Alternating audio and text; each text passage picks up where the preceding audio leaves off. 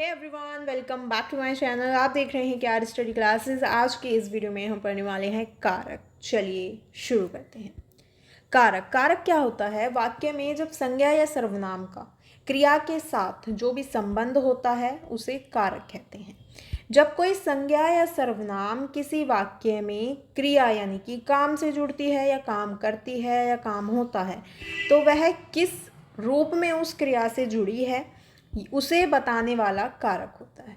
ठीक है, अब यहाँ पर जैसे हम एक एग्जाम्पल देखते हैं। यहाँ वाक्य में दिया गया है कि राम ने खाना खाया। तो खाना खाने वाला यानी कि जो काम है, राम क्या है? काम करने वाला यानी कि कर्ता कारक जो काम को कर रहा है। खाना यानी कि जिस पर काम हो रहा है, क्रिया हो रही है, तो ये क्या है? हमारा कर्म कारक है। यहाँ पर राम काम को कर रहा है तो वो कर्ता कारक है, और खाना जो है वो खाया जा रहा है, उस पर काम किया जा रहा है। ठीक है, खाया किसको जा रहा है? खाने को तो वो क्या होगी? हमारा कर्म कारक। अब हम यहाँ पर देखते हैं कि हिंदी में 8 प्रकार के कारक होते हैं। ठीक है, कारक के भेद या प्रकार जब हम देखते हैं तो हम देखते हैं कि हिंदी में कुल 8 प्रकार के कारक जो हैं वो होते हैं, और हर कारक के साथ एक विभक्ति जुड़ी होती है। अब यहाँ पर क्या है कि विभक्ति क्या है भाई? तो यहाँ जब हम कारक के भेद देखते हैं तो हमें विभक्ति देखने के लिए मिलती है। ठीक है, अब यहाँ पर कारक के भेद, पहला हमारा जो कारक होता है वो होता है हमारा कर्ता कारक, जिसकी विभक्ति होती है ने, और इसका अगर हम उदाहरण देखें तो होता है राम ने खाना खाया। ठीक है, फिर आता है हमारा कर्म कारक, जिसकी विभक्ति होती है को, मैंने पुस्तक को पढ़ा। कर्ण कारक, जिसकी विभक्ति है से, वह चाकू से फल काटता है। फिर आता है संप्रदान कारक, जिसकी विभक्ति होती है के लिए, यह उपहार मित्र के लिए है। फिर होता है हमारा अपादान कारक, जिसकी विभक्ति होती है से, वह गांव से शहर आया। फिर होती है संबंध कारक, यानी कि फिर होता है संबंध कारक, जिसकी विभक्ति होती है का के की, यह किताब राम की है।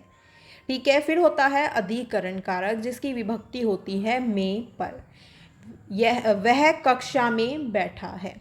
फिर होता है संबंध कारक, जिसकी विभक्ति होती है हे, हे, अरे, अहो।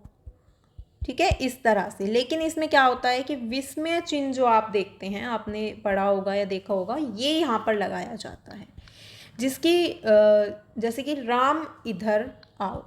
अब हम इसके भेद देखते हैं। सबसे पहला इसका भेद, जैसे कि हमने अभी पढ़ा, कर्ता कारक होता है। कर्ता कारक होता है काम को करने वाला, जो काम को करता है। जैसे सीता ने किताब पढ़ी, तो सीता ने पढ़ी। अब हम इसके चिन्ह, इसका जो चिन्ह होता है वो हमेशा ने होता है, यानी कि जो इसकी विभक्ति है, इसका चिन्ह आप कहेंगे वो ने होता है। ठीक है, शिक्षक ने प्रश्न पूछे, तो ने यहाँ पर ये कर्ता कारक का एक प्रमुख चिन्ह है। लेकिन आपको एक बात जो है वो ध्यान रखनी है कि ये सिर्फ कृतवाच्य वाक्यों में ही आता है। कृतवाच्य वाक्यों में जब ये आता है, क्योंकि कर्ता जब काम करता है तो जहाँ कर्ता काम करता है वहीं पर कृतवाच्य मतलब कि कृतवाच्य, जहाँ कृतवाच्य के वाक्य आपको देखने के लिए मिलेंगे वहीं पर ये आपको दिखाई देगा। कहीं पर अगर कर्मवाच्य या भाववाच्य होंगे तो वहाँ पर ने नहीं आता है।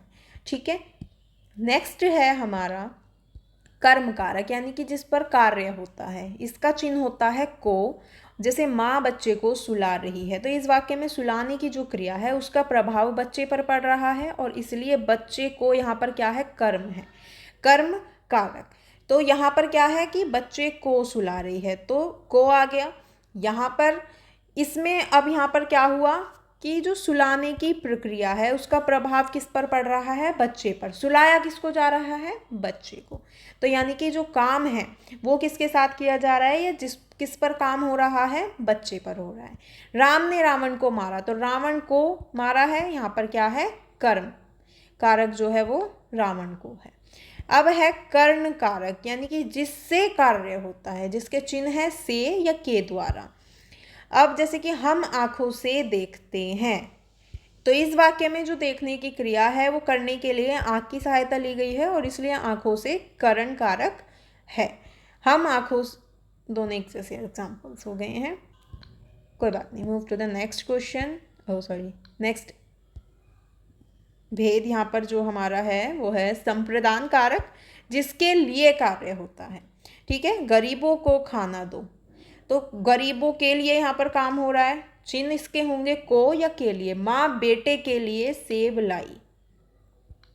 नेक्स्ट है हमारा अपादान कारक, जिसके चिन्ह है से, अलगाव अर्थ में। अलगाव अर्थ में मतलब कि से यहाँ पर लगता है, लेकिन जब कोई चीज़ किसी चीज़ से अलग होती है वहाँ पर वो देखा जाता है, जिससे अलग होने की भावना हो। दूल्हा घोड़े से गिर पड़ा, तो दूल्हा जो है वो घोड़े पे बैठा था, घोड़े से गिर पड़ा तो घोड़े से क्या हो गया, वो अलग हो गया, तो यहाँ अलगाव दिखने के लिए मिलेगा। हिमालय से गंगा बहती है, तो हिमालय से बहती है लेकिन हिमालय से बह जाती है, मतलब हिमालय से बहती है और हिमालय से अलग होती हुई यहाँ पर हमको दिखती है। जैसे इस वाक्य में गिरने की जो क्रिया है वो घोड़े से हुई है, यानी कि गिरकर जो दूल्हा है वो घोड़े से अलग हो गया है, इसलिए घोड़े से अपादान कारक है।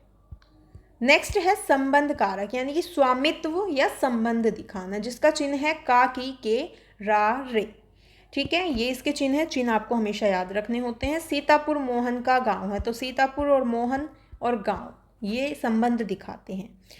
अब है राम का लड़का श्याम की लड़की गीता के बच्चे, तो राम का जो लड़का है इन दोनों का संबंध है, श्याम की लड़की इन दोनों का आपस में संबंध है, और गीता के बच्चे, तो बच्चे किसके हैं, गीता के। तो इस तरह से यहाँ पर संबंध दिखाया गया है। इस कारक से अधिकतर कृतित्व, कार्य कारण, मोल भाव, परिमाण इत्यादि का बोध होता है।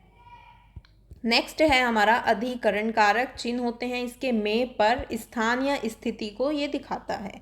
पुस्तक मेज पर है, तो पुस्तक कहाँ है, मेज पर रखी हुई है, तो क्या एक स्थिति दिखा रहा है। ठीक है, पानी में मछली रहती है, इस विभक्ति में और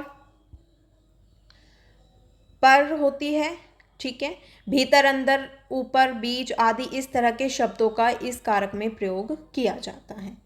नेक्स्ट है संबोधन कारक। चिन्ह होते हैं हे, अरे, ओ, पुकारने या बुलाने के लिए होता है। हे ईश्वर रक्षा करो, अरे बच्चों शोर मत मचाओ। मैंने बताया था कि ये वाला जो विस्मय चिन्ह होता है ये यहाँ पर देखने के लिए मिलता है। जहाँ पर पुकारने, चेतावनी देने या मतलब पुकारने, यहाँ पर क्या होता है कि जहाँ भी पुकारने, चेतावनी देने या ध्यान बटाने के लिए किसी को संबोधित किया जाता है, या किसी भी और तरीके से या किसी भी लिए किसी को संबोधित किया जाता है, संबोधन किया जाता है, तो वहाँ क्या होता है, संबोधन कारक जो है वो आपको देखने के लिए मिलता है।